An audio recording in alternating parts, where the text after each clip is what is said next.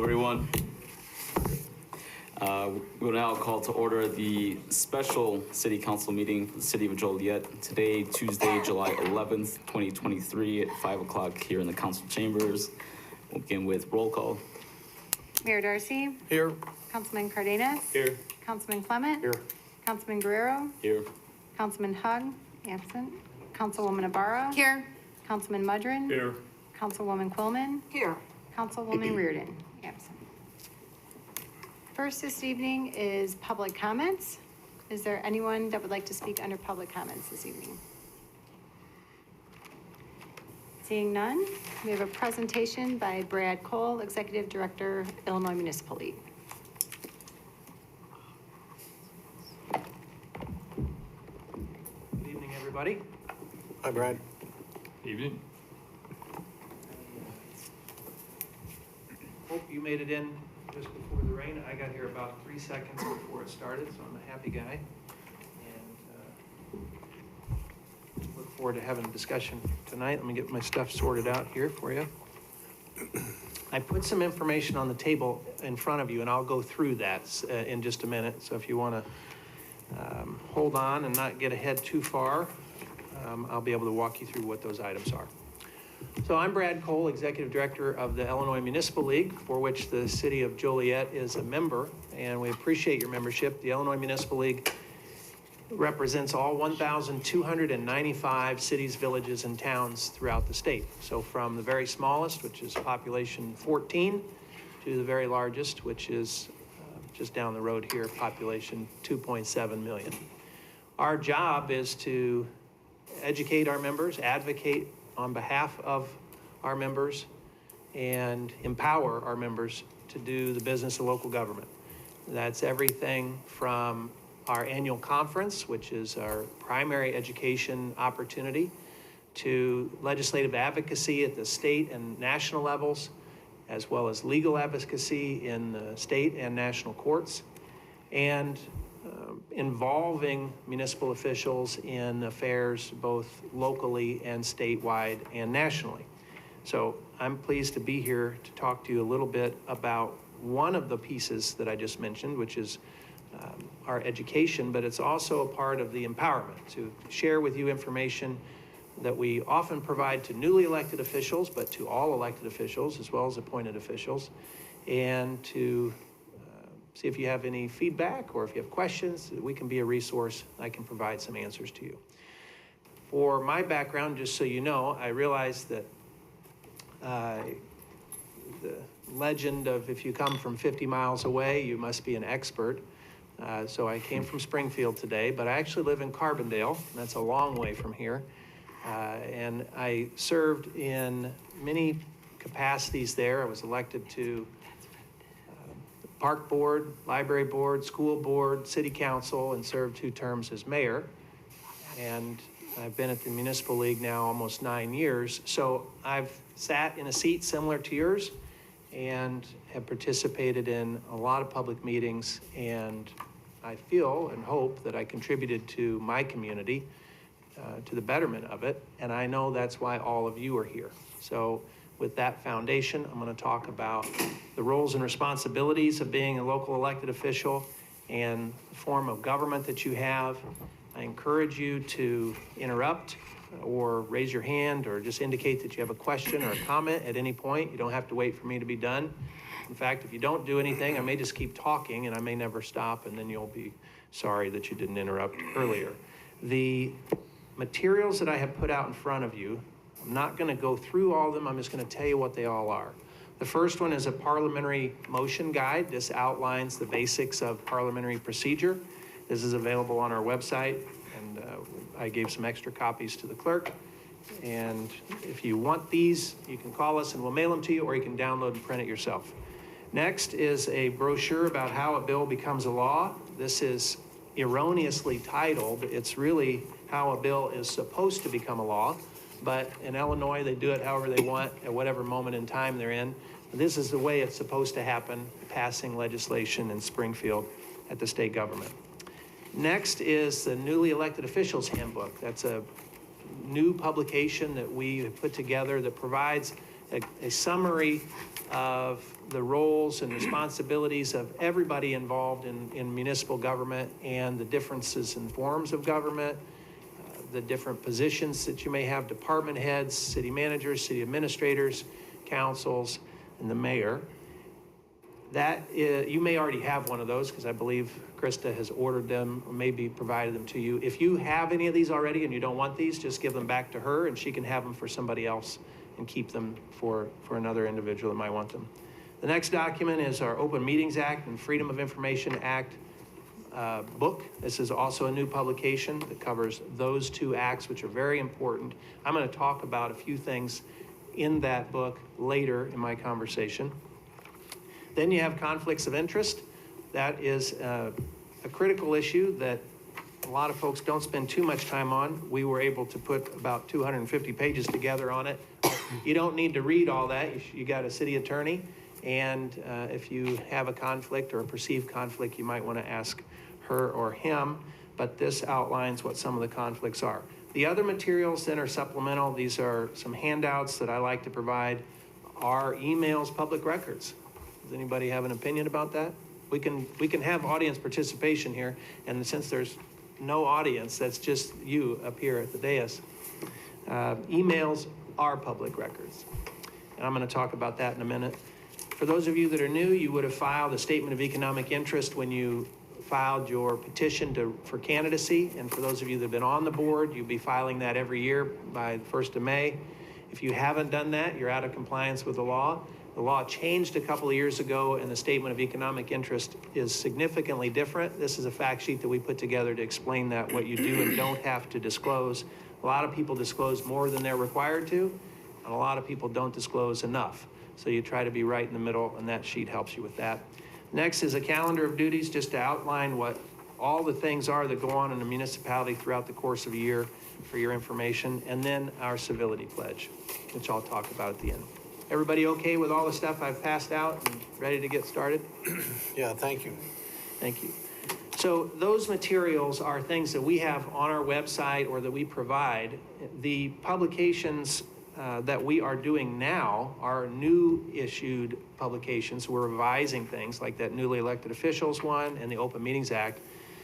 We are posting them on our website for free downloads. You don't have to buy one from us. We want it to be available for everybody. And all of our publications are getting posted there as we update them so that they're free to any municipal official that wants to learn. We don't think that $15 to buy a book should stand in the way of you knowing what's included in that subject matter. So the NEO handbook that you have there talks about all the functions of a municipality. Joliet is one of the larger municipalities, one of the largest in the state, and because of that, it has its unique challenges. However, those challenges are also very similar to much smaller communities. The difference is the scope or the scale. So you all have police, you all have fire, same thing that small communities do, you just have a lot more of them. And you have public works department, you have economic development, you have a clerk, you have a manager, you have all the same things that other folks do, but the scope is bigger because of the size of population that you serve, and the proximity to the city of Chicago impacts that somewhat also.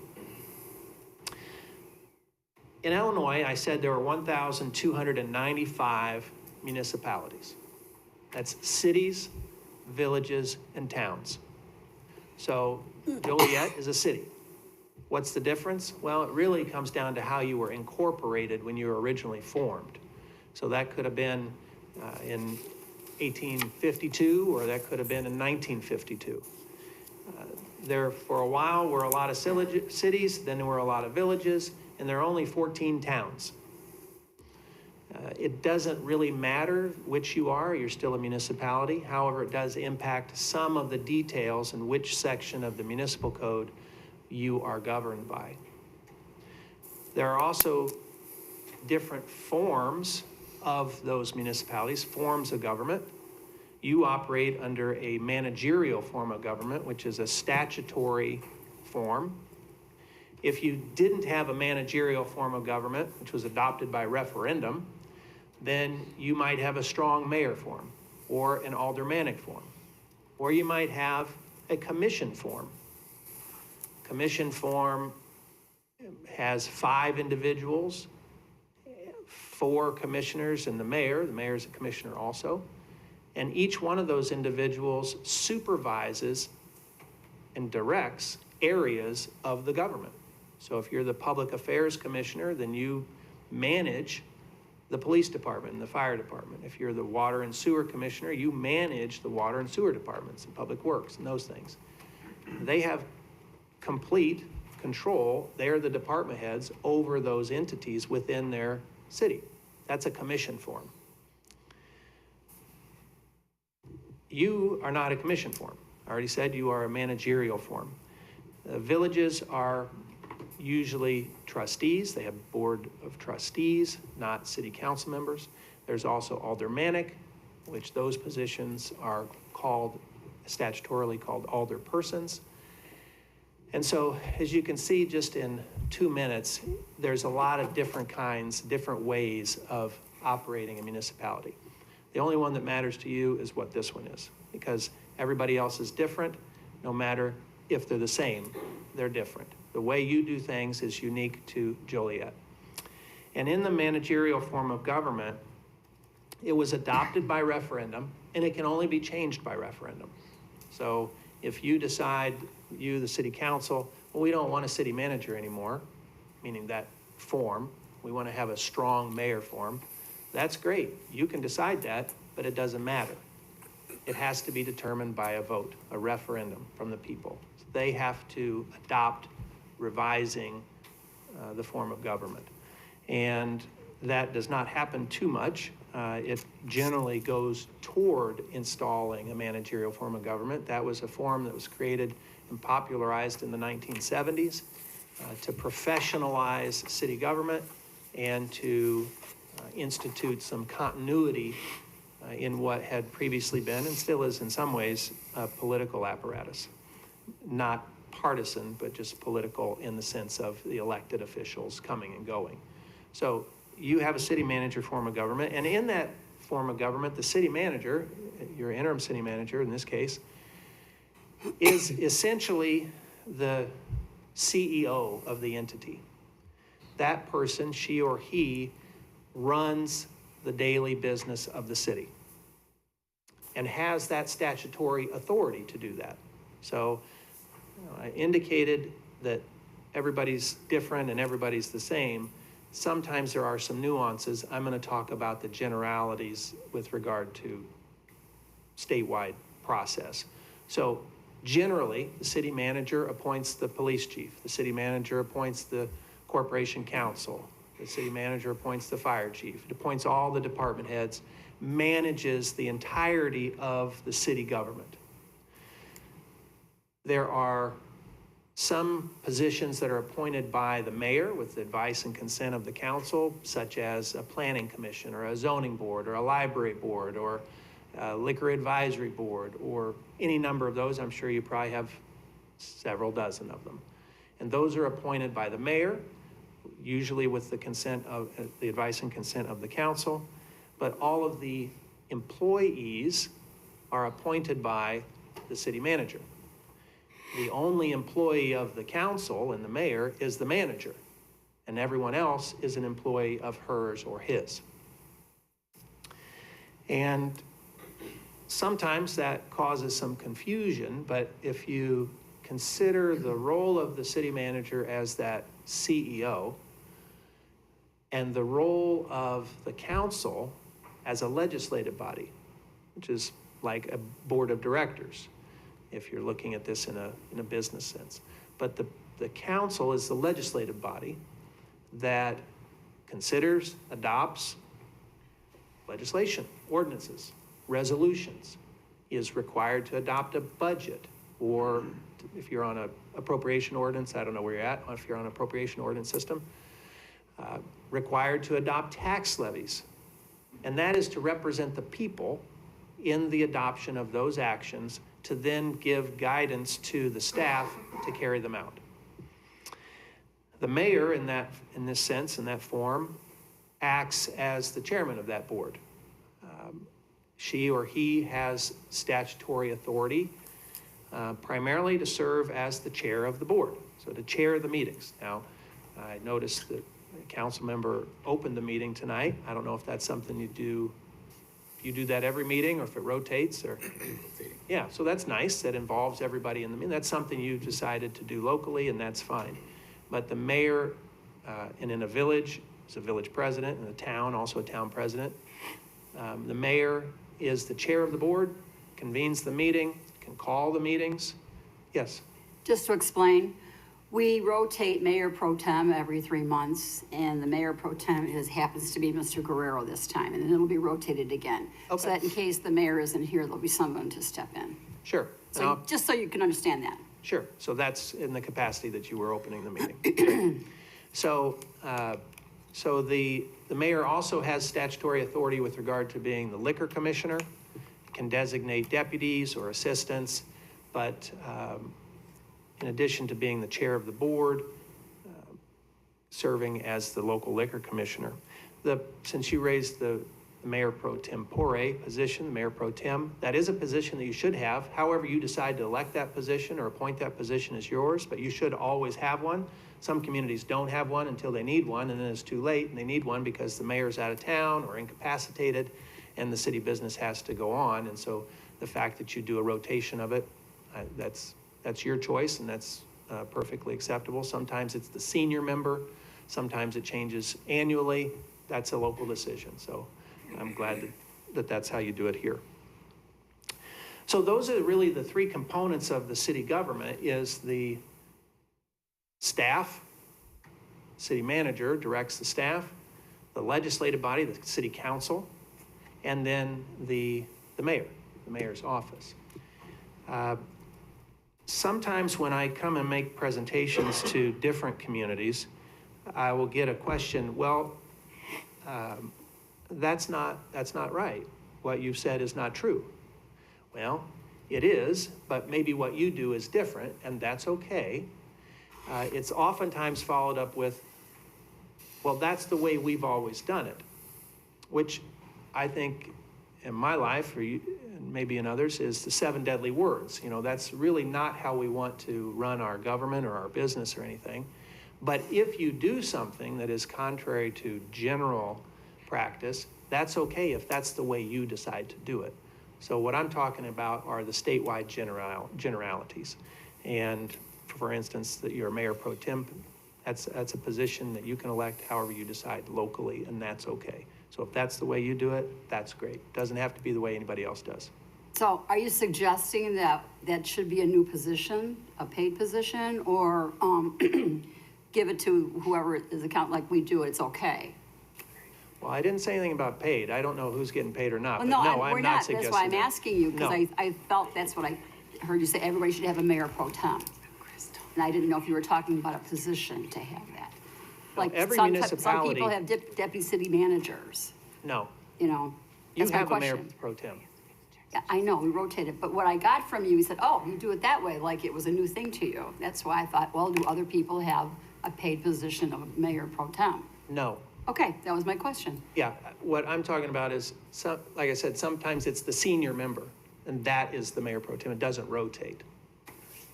Okay. Sometimes it changes annually.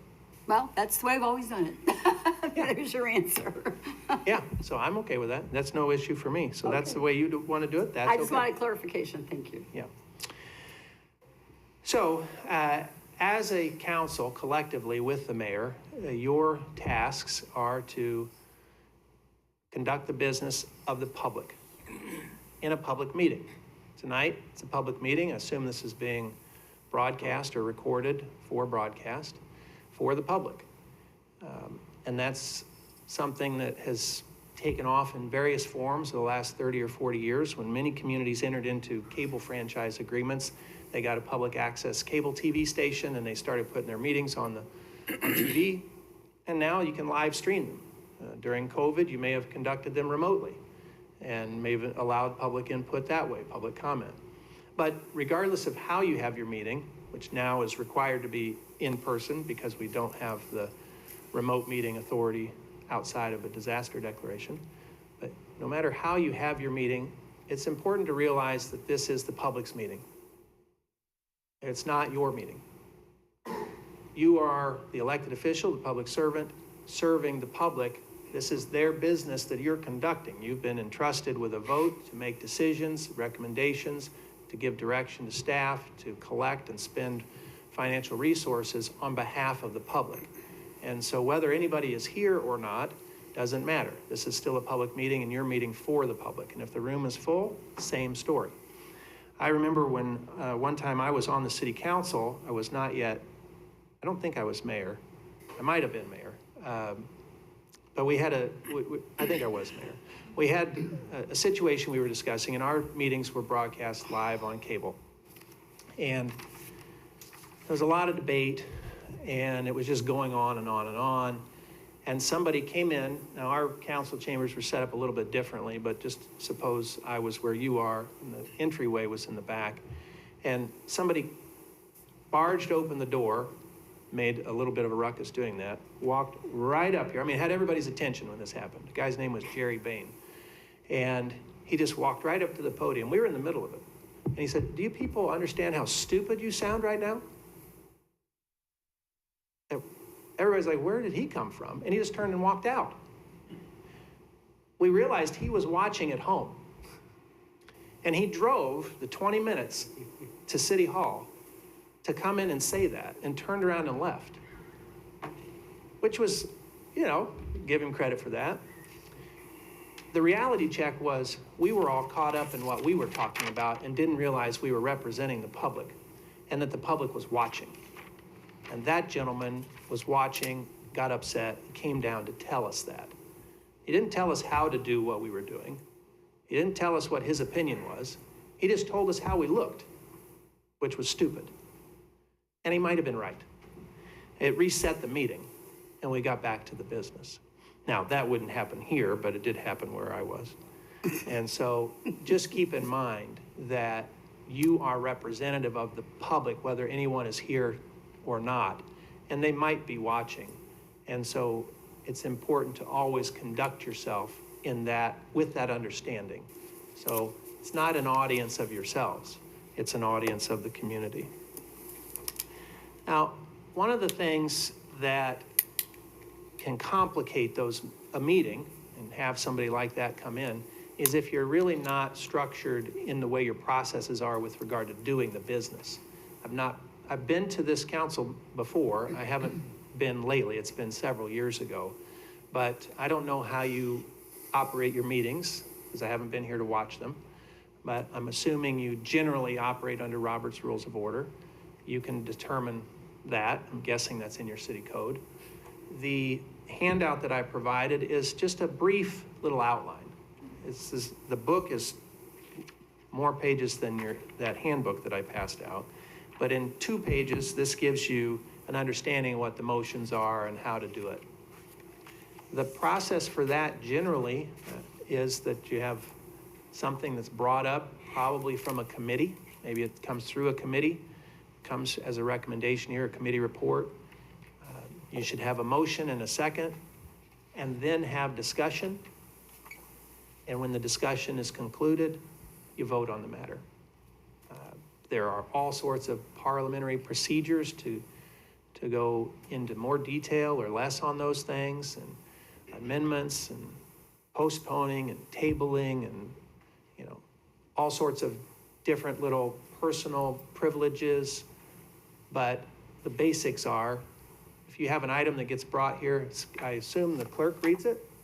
So the clerk presents the item. It should be coming from a committee. Most of the time. And then this isn't the first time you've heard it, so you should be prepared for some action. Whether that's pro or con is up to you. So it could be a motion to approve, motion to deny, motion to do whatever. You have a second, and then you have your discussion that the mayor should, in some way, regulate, meaning calling on people, making sure that there's decorum so that everybody gets to talk, that wants to talk, that you're not talking over each other, and making sure that all the points are heard, and if there's a question that was asked, that you can get an answer from that, maybe by staff or the attorney or someone. And then once all that's happened, you go right into your vote. sometimes debate can continue into the voting, but the debate's over when the discussion ends and the vote begins. That's really, if you go around, do you rotate how you go around, or? Okay, Yes. so maybe each one, is it each time? Yes, sir. So I got a question. So then if there is an item, should the motion be done first? Yes. And then discussion is had after the motion has been had, not the discussion before the motion? Right. You'd have a motion and a second. Now it's on the floor for consideration. Yeah. So it, I guess, yeah, so if discussion is starting to happen before the motion happens, is that, how do we say like, well, hold on, we have to do a motion first? Well, the mayor should say, we don't have a motion on the floor, so what are you discussing? Because the discussion is about the motion. Do we want to adopt this? Do we want to deny this? Do we want to approve this? That's really what the discussion is. It's not about generalities, it's about the motion. Now, the motion is the issue. You're approving a variance, or you're approving an expenditure, or you're changing a zoning section or something. But the motion and the second introduce the action, and that's what should be discussed. Clarify one thing, the way we do it here is most of our discussions, so that people can make a knowledgeable motion or a second if they choose to, is done at the night before what's called the workshop. So that's not quite as tightly followed with Robert's rule, because there are no motions and there are no votes in workshop. Just so you understand how we do it here. Okay, I'm talking about your council meetings, Right, the not your actual workshop. Tuesday night meeting as we refer to it, okay. Okay. So this is a workshop night, This is a special meeting, but but this is Tuesday. this is the day they chose for a special meeting. Yeah, but I mean, this would be the night you would have a workshop meeting? Every first and third Tuesday, correct, and the night before, no, Tuesday is the council meeting. Oh, okay. And that's where we actually do the motions, and take our votes. Monday, the day before. Yeah. We spend an hour or more. Yeah. Talking about the items Sure. with the city manager presenting them one by one to us. That's how we kind of do it here, so you know. So for a committee of the whole, or committee Right. discussion, or whatever, that's fine, yeah, of course. Sure. So in theory, then, we should have our discussions on Monday, not Tuesday? If Well, I that, think he's saying you can do both. Monday would be more, correct me if I'm wrong, Monday is more informal because it is a workshop and it's not any motions. He's saying once you get to the formal meeting, Tuesday, that any further discussion should come after a motion in a second. After the motion. partly, yes. So if you have a committee structure or a committee of the whole, where you have the discussion on an item, that's the place to get it all out. And if you've done that, then you should have a decision. If you're recommending something to the council the next day, then it should come here the next day. You have your motion in a second. Should be no surprise, because you've decided what you're going to do as far as recommending it. If you need to have additional discussion, you can, and that would be the time to do it before you vote. But you don't necessarily have to relitigate everything. You don't have to have the same hour 2 days in a row. You can have it one time. Especially if it was questions and answers and you got your question answered, you don't have to ask the question again. You certainly can, but you don't have to. I don't know if it's ever happened, but what if something comes in here and doesn't have a motion or a second? Then you have no action item. And it just goes on to the next agenda item. There's nothing that the council it would be entertaining. Now, look at your agenda here. I don't know, do you have council comments or anything like that? No? You do have council comments? Do you have a council comments section, or? Generally, on the regular Okay. agenda, we do, yes. So if there's an item that is not on the agenda that a council person wants to talk about, there's no action item, then that would be the time to do that. An item that is not on the agenda that a citizen wants to talk about would be during public comment. Otherwise, there's no place on the agenda for it, because the agenda is for action items. Now, you don't have to take action on an item that is on the agenda, so you can defer it, you can table it, whatever. You don't have to pass something or approve or deny something, but those are the only things that you should be discussing. Yeah. There's some question about tabling, because I've been on this council for a very long time, and I was always taught by our city attorney at the time that once an item is tabled, you cannot no longer discuss it. If someone makes a motion to table, then you vote on it, you don't discuss it anymore.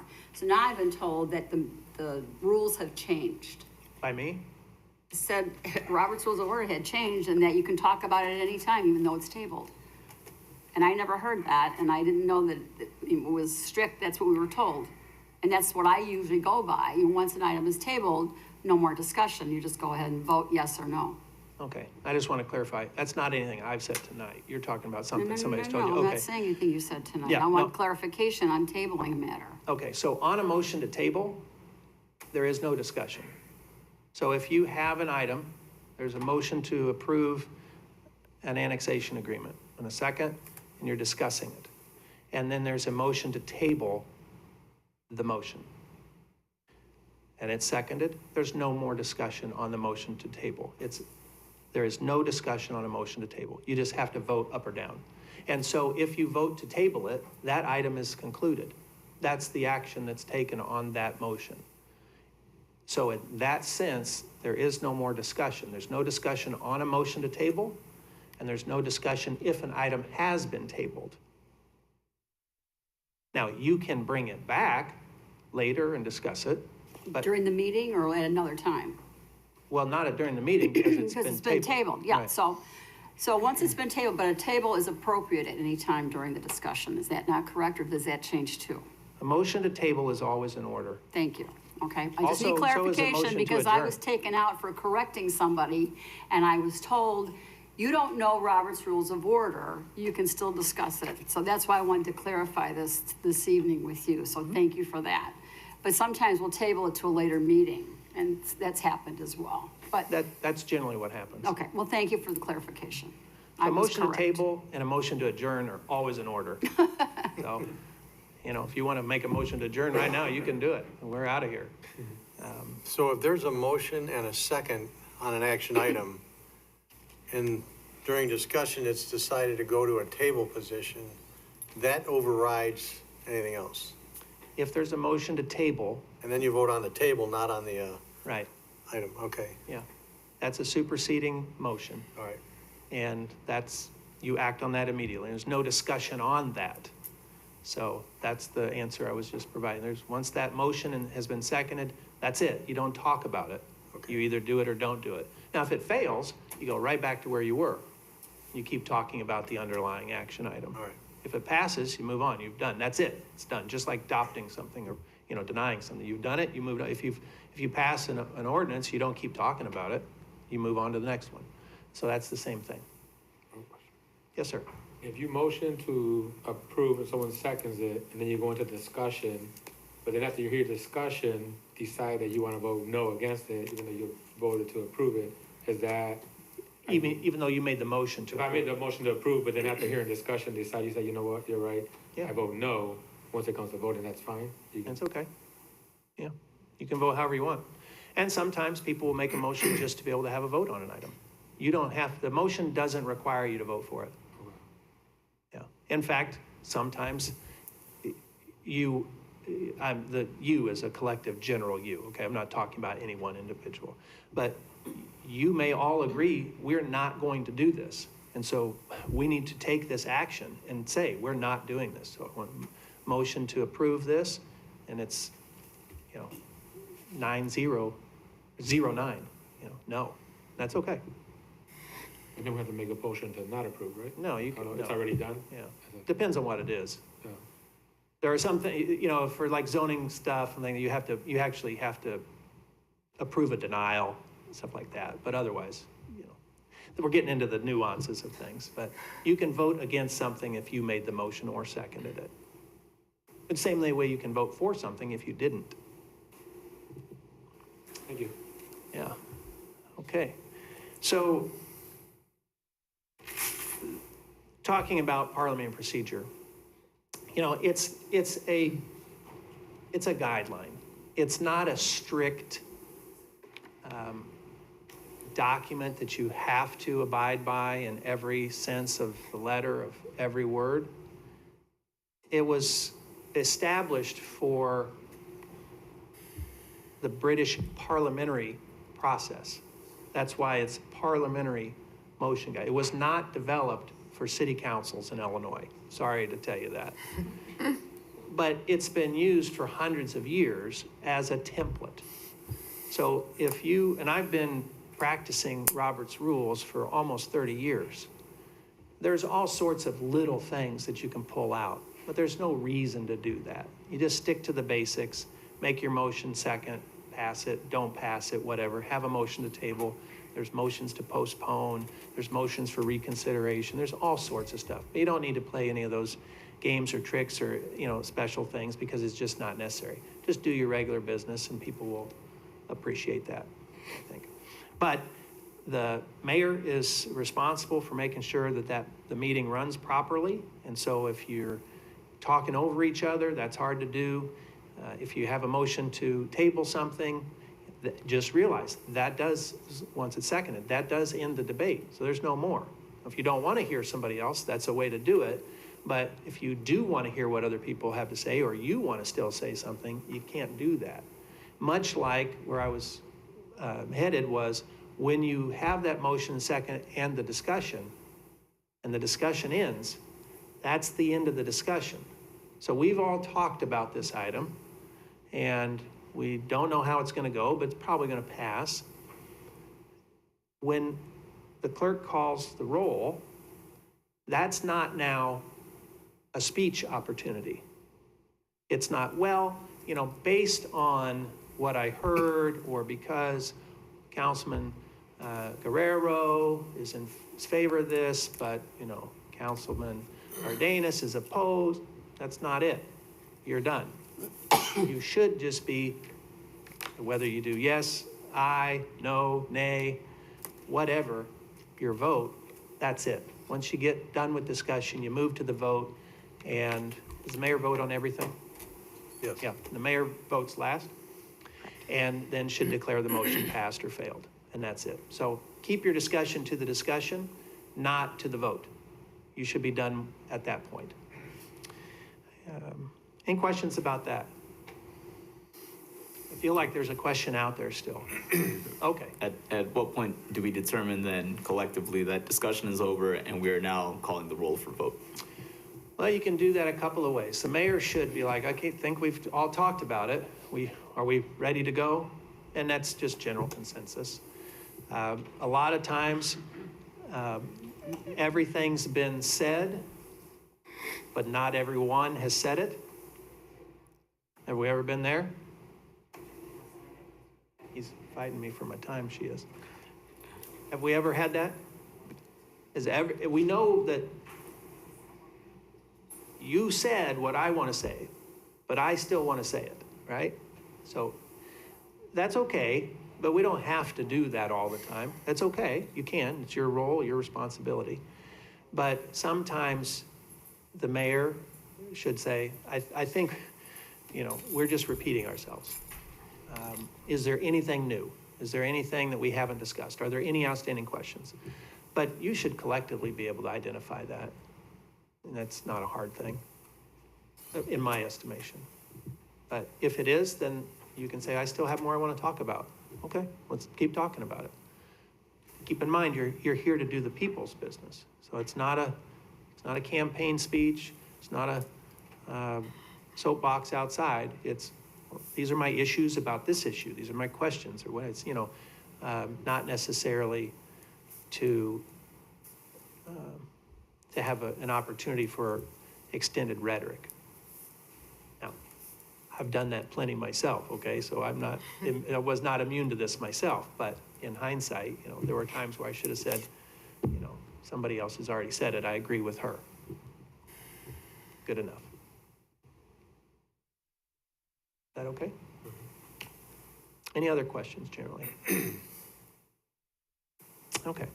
So we know that the council in the legislative role is going to conduct its meetings properly. The mayor is the chair. The mayor can say, let's move on, let's not move on, okay, let's not talk over each other. We understand, don't get heated, be respectful. We're here for the public. We do the business, we vote for it, we vote against it. Fine. Now what happens? City manager is supposed to go do this. And I assume these are all the department chairs or department heads, sorry. I don't know who's over here, but so it's up to these folks and their employees to then carry out the business. Now, sometimes we'll have a council person that says, well, last night at the council meeting, we did this, but who's the Public Works Director? Deputy, okay.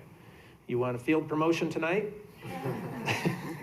Okay, so I'm gonna call the Deputy Public Works Director and say, you know, last night we were talking about street repairs on Walnut Street. And in particular, you need to go over to 1575 and go talk to them about this. And, you know, that's not what we were discussing last night, but it's on Walnut Street, even though Walnut Street's 9 miles long. I'm only talking about 1575, and that's the total other end of where we were supposed to be. That's not the role of a council person. So your role is here at this table. You've acted because you voted for or against something. You've conducted the business in the public meeting. So if you have an issue, well, I didn't really get like the one thing I wanted to say because Cole told the mayor that he could end discussion, and he did. But I wanted to say this. Call the city manager. That's your employee. City manager is employed by the city council. And say, will you talk to the Deputy Public Works Director and let him know that this issue over there at 1575 Walnut is really what I wanted to talk about. And if you could look into that, I'd appreciate that. That's the way to take care of that kind of business after the meetings. Now, if I called him, and that was what I did first, that's done a couple of things. One, let's put what appears to be a nice gentleman in a tough spot because I'm a councilman, and he's got to come here every week and listen to me, and he knows that I'm elected, and I'm a big fan of myself, and I've just instructed him to do something. And the tough spot I put him in is he works for this gentleman, and that gentleman might not know that. And so the hierarchy here is important in a statutory managerial form of government where the city manager has the authority over all departments by law. Not because I like it, because you like it, because of the rain, the snow, because that's the law. Yes? So we should not be going to staff if but through him. Is that correct? Well, I'm getting there. Okay, I'm sorry. No sorry, but you know, I'm trying not to deal in shoulds. Sometimes I should all over people and it's not polite. Just seeing if anybody's awake up there. There's a couple people that are still moving. So the role of the council as the legislative body, that board of directors, is to manage the manager through policy and actions at this table, the public meeting. The manager's role is to direct the staff and to make sure all that business is done. So your role is to go through the city manager. So the answer is yes, you should, but your role is to do that. Now, if the manager says, it's okay if you call, what's your name? Sean. If it's okay if you call Sean, like you call the manager and say, okay, that public works issue last night, I just want to talk to him about that one little curb cut. That's all right, go ahead and call Sean. I know about it, that's fine. You can talk to him. I'm tied up right now, no problem. Then that's okay. But that's not a for the rest of time you call Sean on everything. That's that time. Now the other thing is, so you only have one of these guys. And he only has so much time in the day. Now my staff sometimes will say, oh my gosh, such a long day. And I say, where do I go to get one of those? I would love to have a long day. I only get 24 hours in mine. If I could get an extra hour, that would make it a long day. I would love it. I could get so much done. They really don't appreciate that, about like most of you didn't. But he only has the same amount of time that you do. And when you all call him with all of those things, that bogs him down a little bit, but that's his job. So you're not doing him a favor if you go talk to Sean instead of talking to the manager, and I'm not talking about Rod, I'm talking about the position. You're doing him a disfavor because he doesn't know what the department head has been told by you. You're his boss. You're not his boss. And so you put him in a spot because he's thinking, I have to do this. Do I tell Rod? And not any of you, but it has happened in life, a council person will say, Sean, let's just keep this between ourselves, all right? Now what's he do? Does he tell his supervisor? If he does, who's he got an enemy with? Somebody up here at the big seats. If he doesn't, who's his enemy? Somebody over there, because he's gonna hear about it from you. You're like, hey, why didn't this happen? You're like, I didn't even know it was the thing. Well, I talked to Sean. Okay, see how this goes? So the basics are, you should direct your attention to the manager. Your role is to do that. Now, if he says, you can go talk to Sean, or Sally, or Betty, or Jim, or anybody, that's fine. But that's not a carte blanche for the rest of the time, it's just on that issue. The other thing is, if I really want to do that, I need to figure out, okay, is this important right now? We've all been in meetings, right? This one included. Have we ever been in a meeting that could have been an email? Yeah. You ever been on a phone call that could have been an email? Have you ever made a phone call that could have been an email? He might prefer an email. I don't know. But if you say, would you take a look at 1575? Does somebody actually live at 1575 Walnut? Is there? I hope not. If they're listening, you have a beautiful home. There's a Walnut Street. There's a Walnut Street, I know, but it's all the big houses, right? Or there's some in there. But I'm not picking on whoever that is. But could that be an email you send to the manager? So will you take a look at this? Trash didn't get picked up today over here. There's limbs down over here. The water main is broken over here.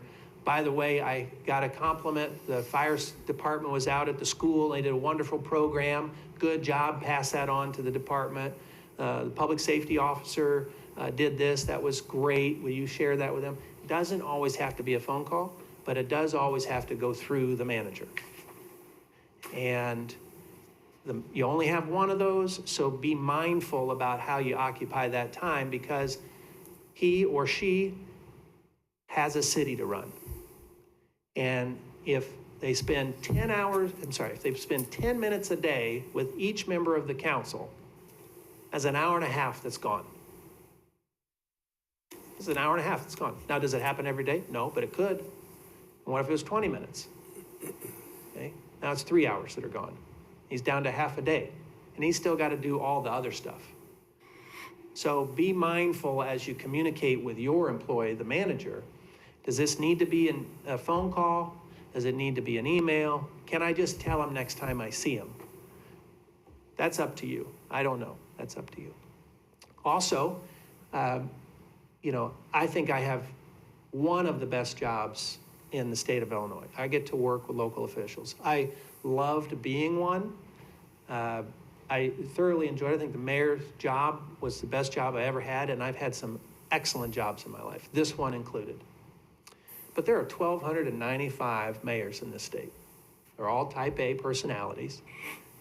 They all run their municipality. And you know which one is most important? Theirs.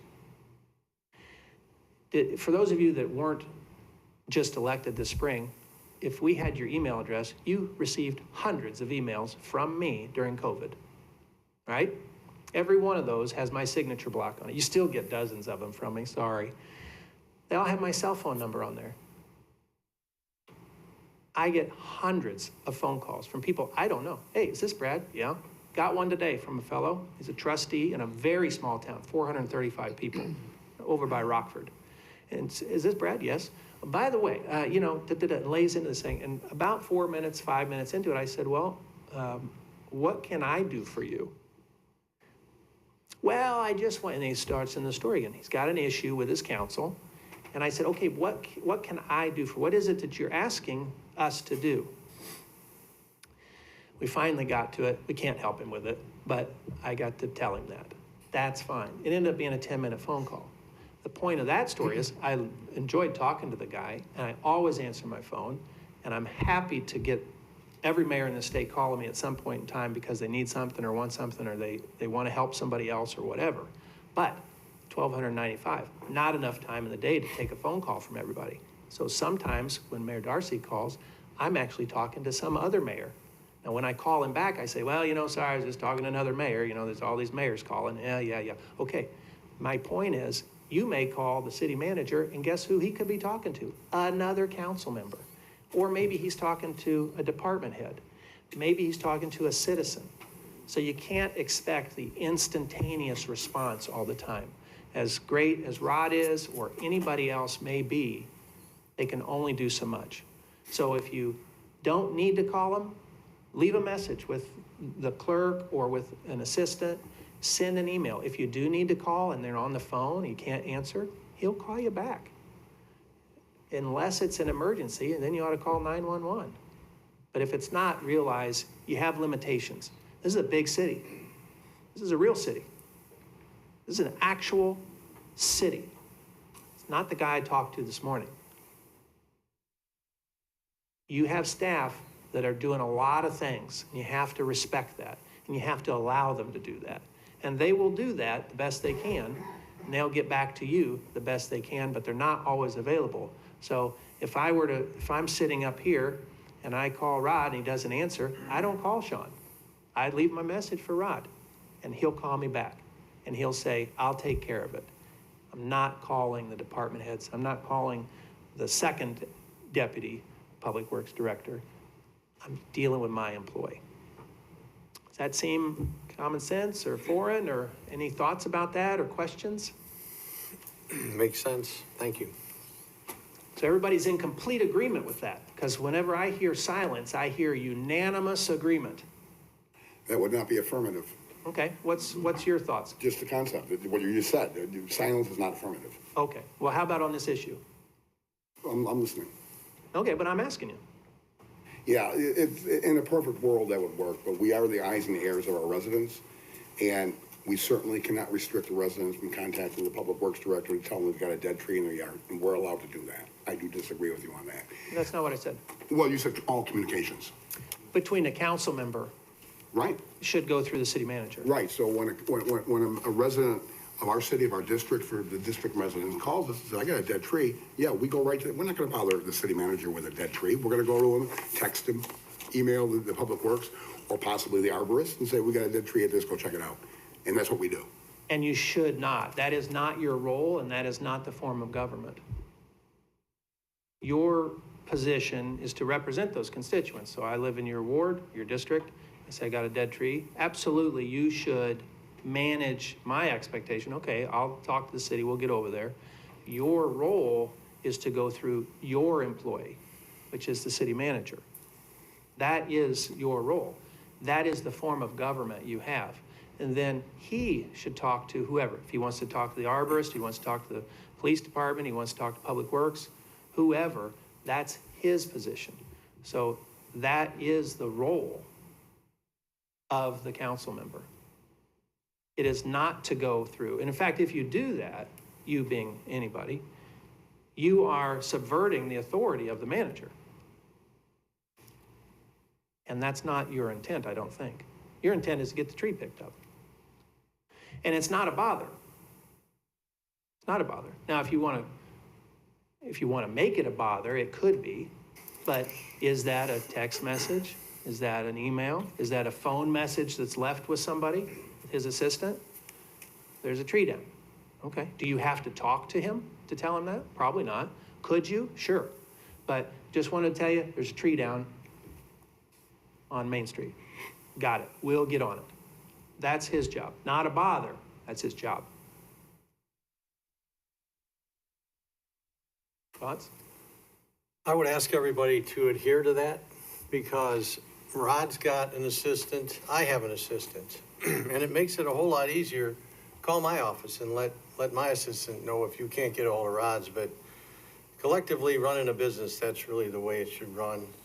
And the city is similar to a business. When we refer to that as the CEO position and we're the board of directors, that's the cleanest way to operate the city. Now, the other part of that is for these folks. So they've just heard what I said. They don't have a voice here tonight. Their voice is this gentleman. So they've just heard me say what the role of the city council is.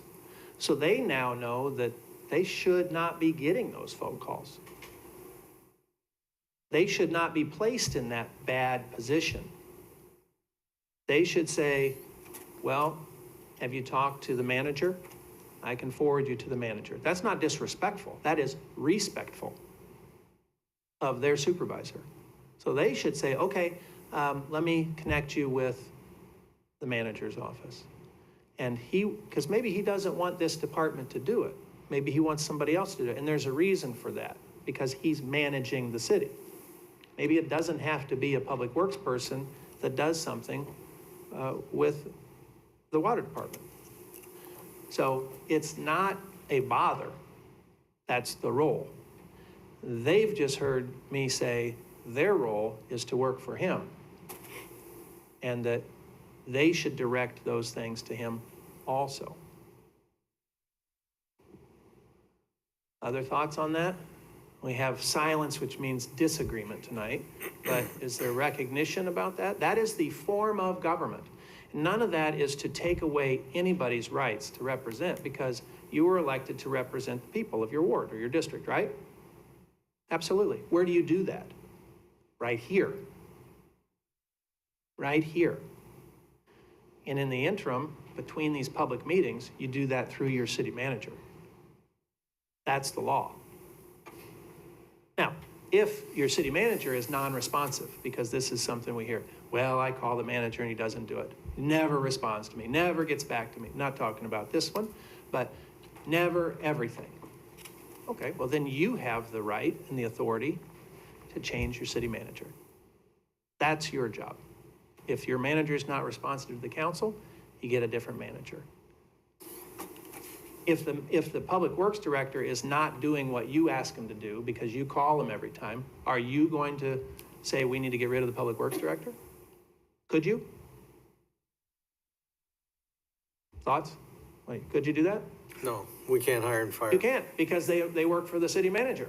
Right, unless as a home rule, we were to institute, like St. Charles has, the oversight of hiring. So it is possible as home rule. By referendum, not as home rule, only by referendum. Home rule has nothing to do with the form of government. That would not be my understanding in talking to officials in St. Charles. That's Are you fine. familiar with St. Charles? I am familiar with St. They Charles. hire, the city council interviews and hires the directors of each department. And they are a council manager form of government. Because that's the way they adopted their city manager form of government. So Mayor Vitek knows that. Previous to that, Mayor DeWitt knows that. That's how the form of government was adopted. That's not the statutory form of government. So it's not anything a home rule community can decide about how they do that. It's like the appointment of the attorney. That's a statutory manager's appointment. That can be changed by referendum. But the point is, you don't have that here. Your employee is the manager. So that's who you work through. You don't want to put the staff in a bad spot with their supervisor or with his supervisor. So I don't know, I'm spending probably too much time on that, but I want to make sure everyone hears what I'm saying, because this is not St. Charles, this is Joliet. And this is what you have here. Okay. Additionally, there are some things that you have to be aware of in the way you do your business. Same, anybody that's subject to the Open Meetings Act, I assume you all have email addresses through the city. Is that correct? Yes. You have a Joliet dot something, I don't know what it is, email address. That's the email address you should use for city business. You have a Gmail account. I have a Hotmail account. I'm really proud of that. It's one step above AOL. But if you use your personal email address for city business, you've now opened up your personal email to public record. There's a handout we have here. We publish this in our magazine. Are emails public records? They are. If they are through the city server, then the city clerk or whoever your FOIA officer is can access those and can provide them if there's a FOIA request that requires them. If you're using your Gmail account to respond to your constituents, well, it's just my neighbors, but I send out, my stuff to them through my Gmail and they respond to that, but that's not city business. Yeah, it is city business. So that's where you're gonna open yourself up. Same with text messages. Be careful of what you're texting. If you're texting city business all the time on your personal cell phone, you're opening up your text messages to the Freedom of Information Act. You don't want to do that. I don't want to know what your text messages are to everybody that's not working for the city, and maybe not who they are too. In your emails, we don't want to know what all your personal emails are, but if you start using your personal email address, you open yourself up for that liability. So I would encourage you to read this article about emails as public records and make sure you're only using your city email. Now, if somebody sends you an email because they know you, so they know they're neighbors with you and they got that tree that needs to be picked up, so they send you an email to that, that's okay. Forward it to your city email address and then forward that to the manager. No problem. That's no problem. Has anybody had that experience where you have a personal email address that you're using? Have you thought about that? As you described, sometimes have something sent to the personal email, forward it to the .gov address, and then let it go through that channel instead. Yeah, that's the perfect way to do it. So that's the way you should. Don't, and if you respond then from your city email address to them, and they send it back to your Gmail, just go through that a few times and be like, hey, look, you need to use this email address for city business. That's to protect you and so that you don't get exposed to things that you're not anticipating. Because as soon as there's a FOIA request for all of your personal emails, you're gonna wonder, why didn't somebody tell me not to do this? And I realize it can be complicated, a little bit of a pain in the tail, but the point of the Freedom of Information Act is that the public, these folks, have a right to know what city business you're doing because you're their representative. And if you're going to be doing it on this platform, they have a right to that platform. That's why you should have a city email address. So, okay, I thought we'd talk for about an hour, and we're about an hour, so maybe I should pause We there. got one question. Yes, ma'am. Just really quickly, does the same theory apply to your personal phone and a city phone? Yes, And we all don't have city phones, so that's an issue. that's okay. You don't have to, but if it's determined by the council that you should, then fine, then realize that's your city phone. You're not checking out, you're not going on Open Table and making dinner reservations. You're not calling, wherever. You're not calling your sister to talk about what happened today. That's your city business phone. And that can be something you have. A lot of places don't have those. Most places don't have city phones for council members. But we also encourage that you don't use your personal phone for text messages for city business. You don't have to.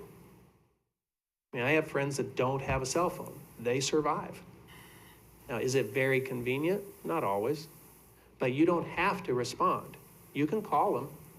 That's fine. You can get phone calls. That's fine. But those phone records would become public if it was necessary in a deposition or something, in some kind of discovery. But be careful about what you're texting from your personal phone. Yeah. That's a general statement. We tell everybody that. Lots of emails as well. Yeah, exactly. But that's why you should use your city email for city business and be careful what you put in it, because that lasts forever. So, okay, then any other questions generally? Were you okay so far? And some people have said a lot, some people haven't said anything. If you're in a meeting and you're deciding you want to text each other back and forth, can you do that? No. No. You're in a contemporaneous discussion in a public meeting, that becomes a public record. If you have something to say, you should say it out loud, or don't say it. Pretty common sense, but that's what gets people in trouble. So when you look up things while you're sitting up there at the table, I've seen there's public access counselor positions on this, or opinions on this, and there's case law on this about you have a computer up there, right? I assume it's for the agenda. Are you looking up other things? Can you? Does it have internet access? Do you go online and see if I'm a Cardinals fan, sorry, see if the Cardinals are winning? We know they're not, but are you doing that? That's not what you're supposed to be doing in a meeting. Your browser records could become a public record because it's in a public meeting, while you're here. So stick to what you're supposed to be doing. If you never look up, I don't know what you're doing. Are you You paying attention to the meeting? Are you doing your own thing? I mean, who knows? And if I don't know, what's the public think? Same thing. They don't know what you're doing. So, okay. Brad, sorry, real quick. I will confess that I looked something up. 1575 Walnut Street is not occupied by any buildings. So. Okay, good. We need to get over there with a code violation then. And just as a point of information before you move on, I think going back to the conversation we were having about how to communicate through the city manager's office, I would just again encourage all the council members to have an open dialogue with us about what works best for you. I will encourage you when we have that dialogue to again try to use email for as many, standard items each day. It enables me to delegate or push that item forward a lot more efficiently and effectively. So, but again, it's something we can work on and grow into together. Just make it most efficient for us and most efficient for the staff to be able to respond to what you're being asked to do by your constituents. I apologize. I should have asked you that earlier. So see, I should have said, or asked you to give your perspective, because you're the one that has to carry that out. So, and everybody heard what he asked. All right, the last thing on my list is to talk about an item that we proposed, we, the Illinois Municipal League, this spring in April, which was a civility pledge. We got quite a bit of feedback on this, and you would have gotten it from me in an email on April 20th or something like that, 19th. The civility pledge is pretty simple.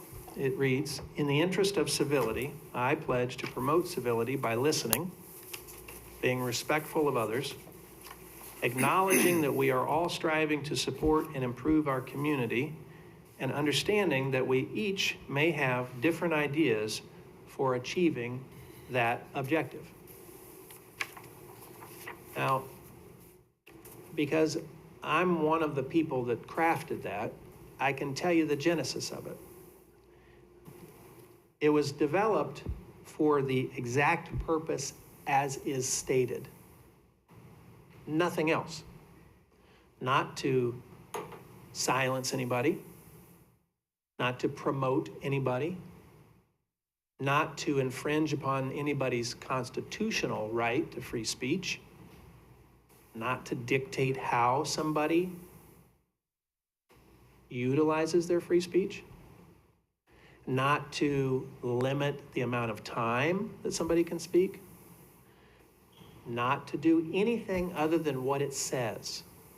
And so we released this, and we released it along with a lot of other state municipal leagues. Now, this was ours. Other states have different things, because we have seen a rise in the discourse that has gone away from civility. So what I'm getting to is a lot of folks aren't getting along anymore. Now, we only have to look at our state and national governments as these great pillars about how we should not act, right? Is anybody proud really of the Congress? I mean, everybody likes their congressman, kind of, but not Congress. Everybody likes their attorney, but not attorneys. We may like our council member, but not the council. But why is that? Because we're uncivil. We don't have the conversations anymore. I'm not a great sage. I've only been around a while in life, but I think we would all agree that we don't have the civil discourse that we used to. We don't agree to disagree. Now, if you disagree with me, I hate you. And you're probably an idiot because I disagree with you. I saw a cartoon the other day, and it was, a guy and a gal, and they're sitting there, they're reading the paper. "How do you know if this is true or not anymore?" The lady said, reading the paper. And he said, "If I agree with it, it's true." Is that true? No.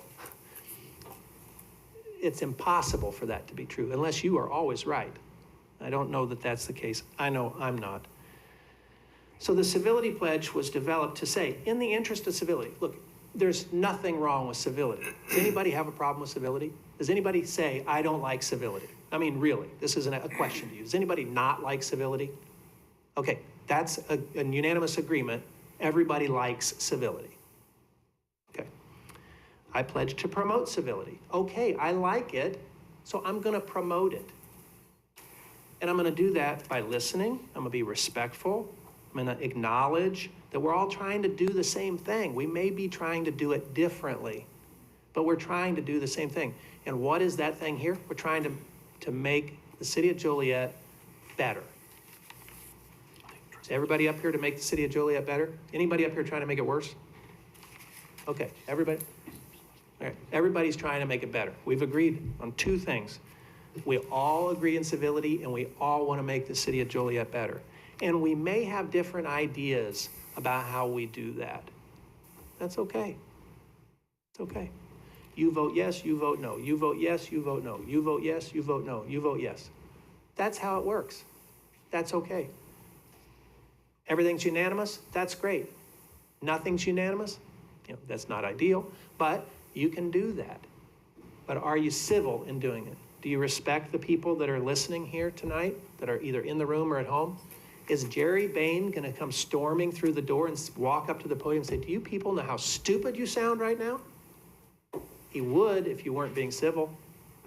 But we're asking you to just be mindful of this. If you want to adopt this civility pledge, there's no reason not to, because we've all agreed we like civility and we want civility, and we've all agreed that we all want to be civil to the betterment of this city. So we put this out as a way to kind of calm what's been happening in city council chambers and village boardrooms all over the state and all over the nation. There's 19,000 cities, villages, and towns across this country. A lot of them have real problems. Some of them that call me, they can't sit here tonight together. They won't. Now, at least you are. Not everybody, but hopefully she's okay.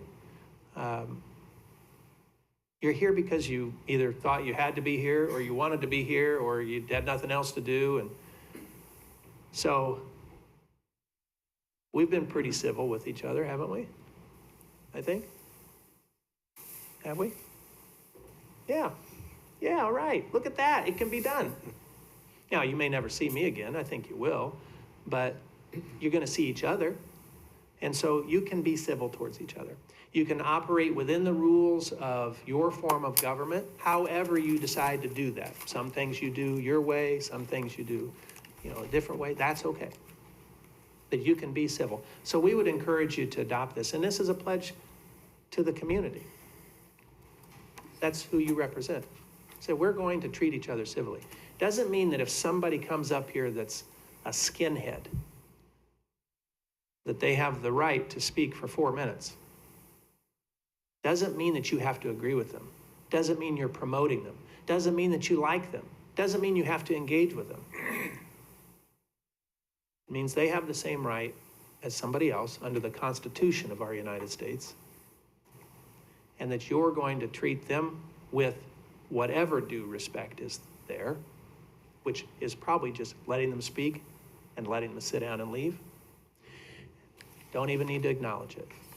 And so it's the same as if you have a disagreement with somebody here at the table. You don't have to be combative. You don't have to be caustic. You also don't have to be in love with each other. It's not a mutual admiration society. It's a city council. Just be civil. So we'd encourage you to take a look at that. Communities all over the state are adopting it because they have to. Because there's so much going on right now in communities where we no longer can disagree. We can only dislike. And that's not really a place for that. Question for you. Yes, sir. So you have some communities that have already adopted it? Yeah. And you're telling me that, and they've got some problems. And by taking this Boy Scout oath, the problem stopped? It's not a Boy Scout oath, it's called the Civility It's a Pledge. pledge. Right. I promise. No, what I pledge didn't say means. the problem stopped. Another question for you. I think we have 9 people here. Everybody, that's a general, a fallacy of generalization. Nobody would say civility is a bad thing. Now define it. I think every person has a different set of standards of what goes beyond the realm of civility and not. And I think that's why the rollout was a little bumpy. Terry's idea of civility is gonna be more forgiving than mine. I may be offended by his behavior quicker than he is. That's why people, I think, are hesitant to sign a pledge, a promise of something so undefined, so ethereal. I'm not talking about what you're doing, because I don't know what you've done. I'm talking about what we've presented. So did you have a definition of what generally civility, what guidelines would be civility? I would ask you what you think that is, because I'm not voting on it. What do you think civility is? Probably much different than every member of this council, So let us know. probably. What do you think it is? Common sense, being a mature adult. I That's all, agree with that. Okay. that's all. Being But then polite, again, being that would- kind. That would become another definition. Right, so all of this is very general. That's, voting on something, even though it's got no teeth. That's why I was curious if it solved problems, as you alluded to in other parts of the communities, because it's got no teeth. It's a pledge, it's a promise. I'm accustomed to making pledges and promises on the campaign trail, not at the dais. Up here, I like the facts, and I like the vote. So even if you're voting on something that's called a pledge or a promise, what's the definition of what you're voting on? I think What's the parameters? that's up to each individual. Do you pledge allegiance to the flag of our nation? But that's very defined. Well, what's allegiance mean? Allegiance, the word, Yeah, allegiance, is to have loyalty to. okay. So see, that's your definition for that. We're not pushing a definition of civility. We're promoting civility. And that's how you decide to define it. If it's in Black's Law Dictionary or Merriam-Webster, that's up to you. You can define your civility. I don't know what discussions you've had here, so this is all new information for me or what the mayor's promoted. I'm telling you what we shared, what we provided to everybody in April of this year, in general, about promoting civility at this council meeting or any other council meeting across the state. So if your definition is different than mine, that's okay. We're probably gonna have different definitions of things, but they shouldn't diverge too much. I don't think, or we're talking about two different topics. But that's not what I'm here to talk about. I'm not here to talk about what your opinion of civility is. I'm here to talk about what this pledge is about. And that's why I started by saying the genesis of it is exactly what it says. It's nothing else. And if you say, well, that's not what it means, well, I'm sorry, you're not right, because I wrote it. So I know what it means from the author's perspective. What it means from the reader's perspective is up to you. So it can mean something different to you, but the intent is exactly as it is written. It's to promote civility. And if you don't want to do that, that's fine. If you do, that's fine too. I'm sharing what we have provided for all of the municipalities in the state, for 13,000 local elected and appointed officials. One or two may have a different opinion, maybe even 1 or 2,000. But this is what we are promoting so that city councils, village boards can do the public's business in public meetings and fulfill your responsibilities as an elected official. I've enjoyed being here tonight. It's a pleasure to attend a city council meeting once and leave. I don't have to come every Tuesday night. I did that for a dozen years. I enjoy going to city council meetings and meeting with staff and meeting with officials. I appreciate the time that you provided me tonight. This is time that you're providing to your community. You're here because you got elected or you were appointed to fill a spot on this board and to do a job, whether that's you've been in office 3 months or 30 years. The commitment you've made is important to the people you represent, which is this city. I want to thank you for that. Why? Because that's what we're here for, is to help you do your work to serve your community, to be a resource. If we don't have you, your community doesn't have a way to do the things that it needs to have done. You don't have this city staff. You don't have these facilities. You can't provide for the health, safety, and welfare of your community. So I want to thank you for taking on this role and for realizing that you may feel like it's one way, somebody else may feel like it's another way, but you're all in it for the betterment of your community. Define betterment. I don't know, different than the way I found it, with or without this, plus that, minus that. I don't know, it doesn't matter. That's up to you. And I'm not here to tell you how to run your city. I'm just here to be supportive of you, to offer assistance so that you know some of the things that maybe are best practices or what the law is, so that you can do your job to the best of your abilities, so that you can make your community better. So on behalf of the Illinois Municipal League, thank you for having me here tonight. I'll stick around. I don't think you have any other business, but I'm happy to talk to anybody individually if you have any questions. You want my cell phone number because you want to call me late at night because you're bored and you think that I'm sitting around waiting for you to call? Go for it. I'll answer. Or if you just want to make sure I leave town, I'll be around for a few minutes for you to talk to me. I have a So thank question. you all very much. I have a question. Oh, yes, ma'am. Did you get here this afternoon early and discuss with the mayor and the city manager? I got here and met with the mayor, told him I was going to be here, and I did not talk to the manager until tonight. So I'm here at the meeting. Talk later. You know, I'd like to, before we call for an adjournment, first I'd like to thank Brad. I mean, this idea hatched because 3 of us have been here now 71 days. And this is my first time in public service to this extent. So I appreciate you coming out, and I appreciate the fellow council members coming out. I appreciate the staff coming out. And I appreciate that we now understand the roles and goals of all of our positions, and we'll be more fluent in it. It's been quite an education for my first 71 days, and I appreciate all the patience and help everybody's given us. But it's really incumbent that we do follow the rules and what we're here for. And very much helped me out today to understand some of the small things I might not have understood. And I really think this is going to help us all. And I'd like to ask if anybody has comments, Caesar, or anything? I think just also as well, it was very helpful for myself, and hopefully that the residents, constituents are able to see this as well, to understand our roles and how we can help and what we're supposed to be, how we're supposed to be working here. Because sometimes we do get some demanding phone calls from certain residents, like, expecting us to do something right away, and, it doesn't work that way. We have to go through a process as well. And, knowing that we're going through the city manager and then making the city manager aware of the issue, we've done our part, and then, kind of letting it get taken care of from there. So I appreciate that today. Joe, anything? No, I'm good, Mayor. Thanks. Caesar? So I'll be reading through this and flipping back and memorizing it. I like the way it's organized. Very appreciative always of a good guide like that. Suzanne? Yeah, I just want to say thank you so much. This training has been invaluable. Where normally I would reach out to Krista Desiderio or Eva Marie Trooper or just try and figure out myself. Now I know that Mr. Tonelli, the city manager, is my go-to person, and then it's up to Mr. Tonelli to take it from there and follow up with us. So this has been amazing. I thank you so much for being here. Thank you. Matt? Like everybody here, Brad, thank you for coming. At my day job, like a lot of people here, we go to a lot of meetings.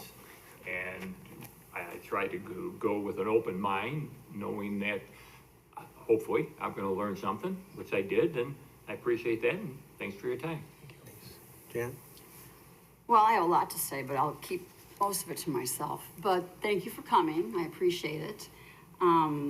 I have not been going to Mr. Tonelli because he's brand new. He's no experience as city manager. And so I just went back to my old way of taking care of things. And that's why everybody calls me, because I don't wait. If they call me, like Monday, I had 5 phone calls, 5 complaints. 3 of them were emergencies to speak, not life or death emergencies, but things that had been on the plate for over a month and had not been taken care of. So when you call City Hall and you can't get anybody on the phone, you can't get them on their cell phone, then what do? You take matters into your own hands, because people want an answer. And that's what I do, and that's my reputation. I get back to people. I can't wait for an email to go through and be answered in 24 hours. That's not how I work. It's not how I operate, and I've never operated that way, because back in the day when we had other city managers, they would never call you back, and you couldn't get the job done. So I have a rapport with every one of the department heads just about, and I feel free to call them and ask them, can you take care of this? Can you look this up? This has gone through emails. This has gone through phone calls. Nothing has been done. So if you're asking me to change my way of working, I can't do that, because I work for my constituents, and that's why they call me. That's why I had 5 phone calls yesterday within an hour. I called 5 people at City Hall, no answer. And it was just starting to work. So nobody was taking a break, no one was at lunch. So this is how I've operated for a long time, and I've been on the council a long time because of that. I answer to my constituents, and I don't make them wait. And when they've waited a month to get something done that's been a hazardous street hole or something like that, that's just been, oh yeah, we're on the list, it usually gets taken care of right away. But if I was to call Mr. Tinelli with every phone call I've had for the last 2 days, nothing would have gotten done. Nothing would have gotten done because you would have to wait and wait and wait and wait. I don't have access to email all day. I'm very, very busy. And if I text, it's on my personal cell phone because they took away our cell phones years ago when we were under dire straits with the economy. Maybe this is something we need to look into again. I agree. So, having said all that, that's why I asked you if you were here earlier, because I felt this was all directed at me. And that's fine. And I'm not gonna, and I understand what you're saying, but he's got a lot of other things to do with no experience right now, okay? No experience. And when everybody calls me, and if I was to call and email a city manager every day with everything that I get, he wouldn't get anything done. So I understand what you're saying, but I don't see how it's hard, or how it's not acceptable to take some of the load off of the city manager. And if it doesn't work with a department head or something, then I'll go through the city manager. But it's very frustrating when a council person calls City Hall and no one's answering the phone. Not even your office mayor that day. So, and that's my frustration as a city at-large councilwoman with 18 years of experience. I would just say to clarify, nothing I was saying was directed at you. There's only so many of you that I could look at, so if I was looking at you and I said something, it's because you were the one I was looking at. Not one person, I was not told to speak to any one person tonight, or that any one person was, had an issue or anything like that. And if I picked on the wrong staff person, I just picked on one guy over there. I don't even know him. So nothing that I said was about anybody here or anybody here. So if you felt like that, that was not the case. So I was not speaking to anyone individually. And Sean was great because he called me back with a follow-up and took care of the problem yesterday. I told you, you looked Thank you, Sean. looked like a good guy. So. Any other comments? Again, thank you all for coming out, staff, people from the city, and everybody watching. Anybody want to make a motion for adjournment? Motion to adjourn. Second. Been motion seconded to adjourn. All in favor? Aye. Aye. Opposed? Thank you. Meeting adjourned.